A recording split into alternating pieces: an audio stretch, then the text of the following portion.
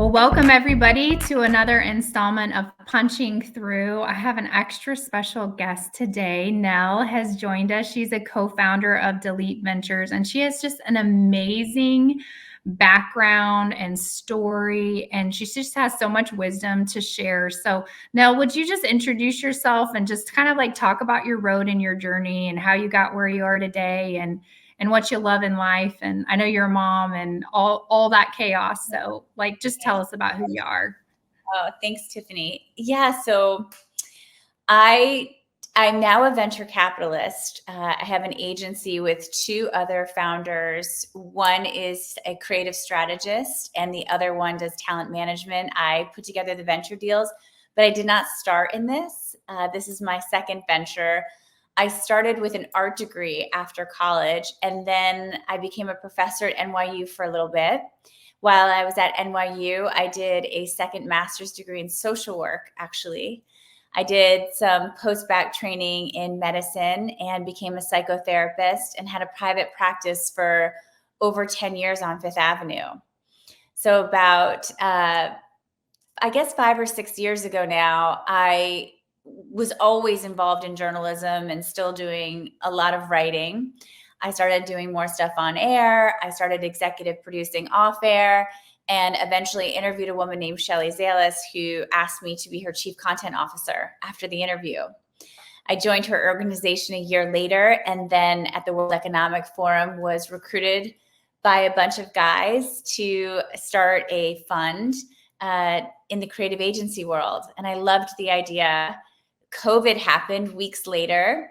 And so from my home office on a third floor of a condo, I started a venture firm without really knowing what I was doing, to be honest. And that's the truth. Yeah. And we were really, really successful. Do you look back and you're just like, what just happened? I think it's really interesting when you're a psychotherapist and you're giving advice to people.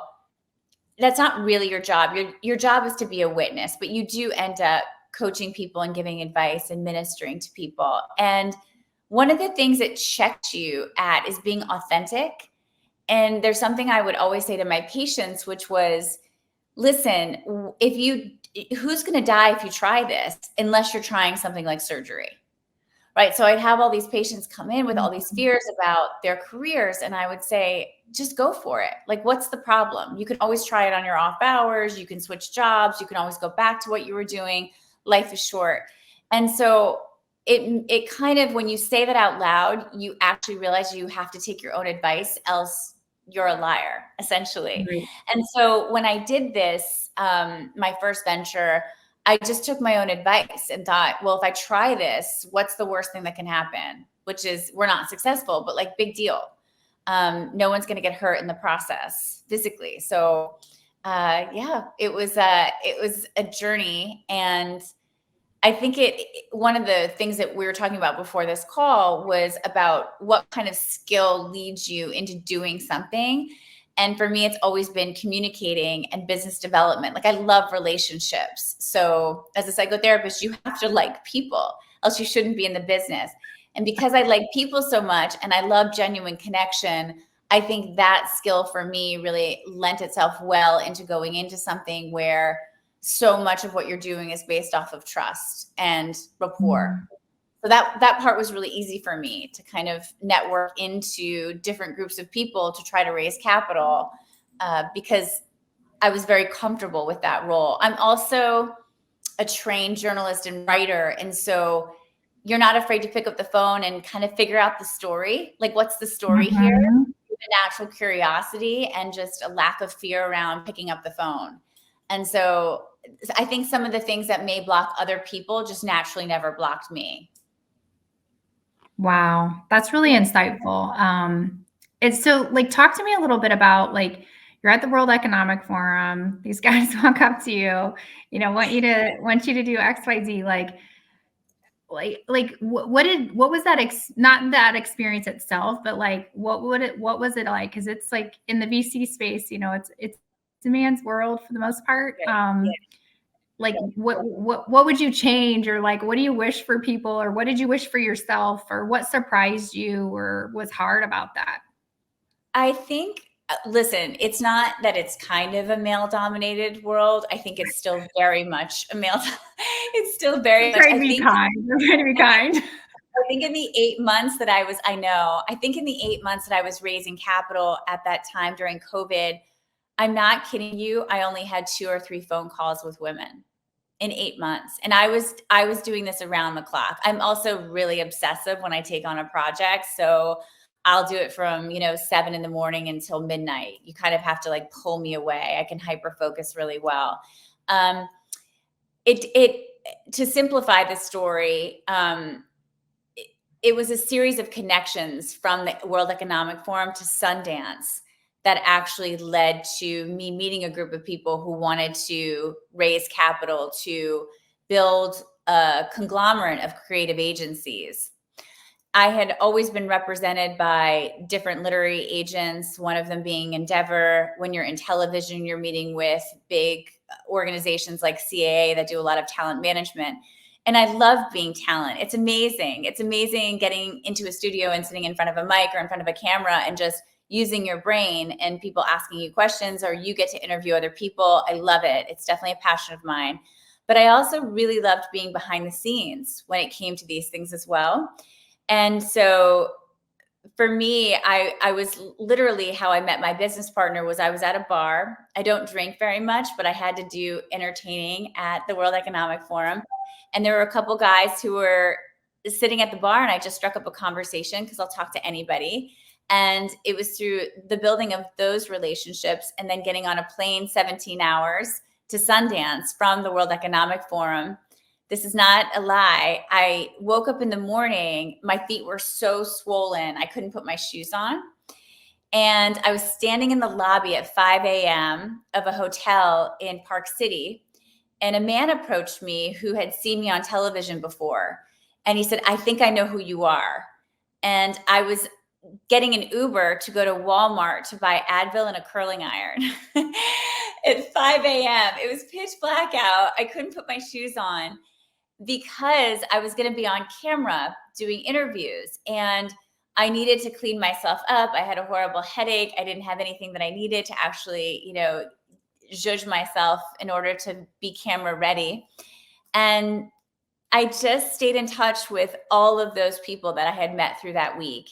And that led to, over COVID, me having conversations over Zooms and people saying, "Wait, I know a group of guys who really want to execute on this idea, but they're in Europe and we think that they need an American counterpart, and they also don't have a woman on the team yet." And so it just opened up a lot of doors. I think that goes back to that relationship building. And I'm lucky because I'm a super extrovert. So my heart is always very open to people who are more introverted, who have a difficult time doing this kind of business development.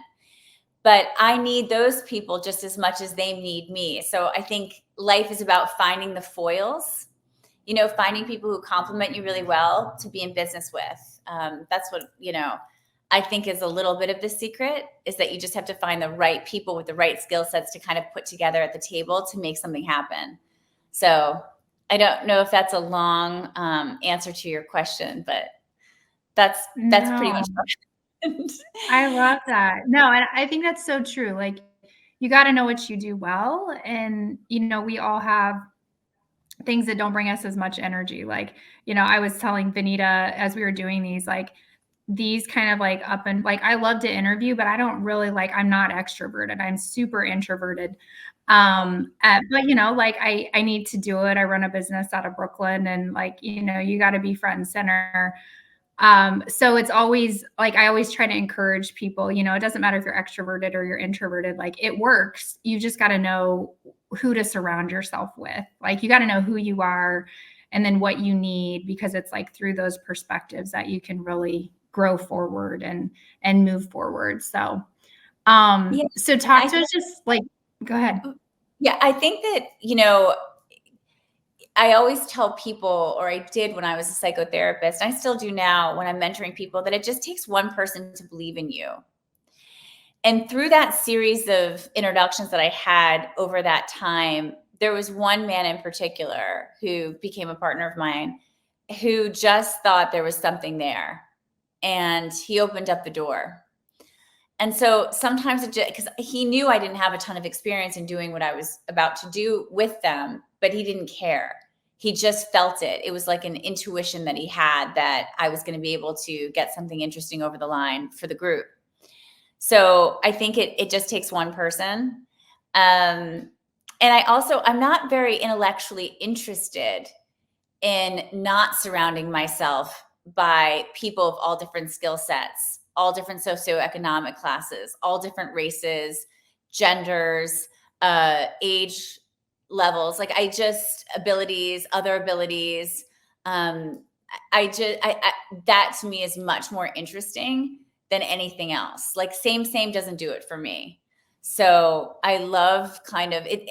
I suppose if you approach it from that direction, it's easy to find the foils because everyone's filling in the gaps for each other. Right.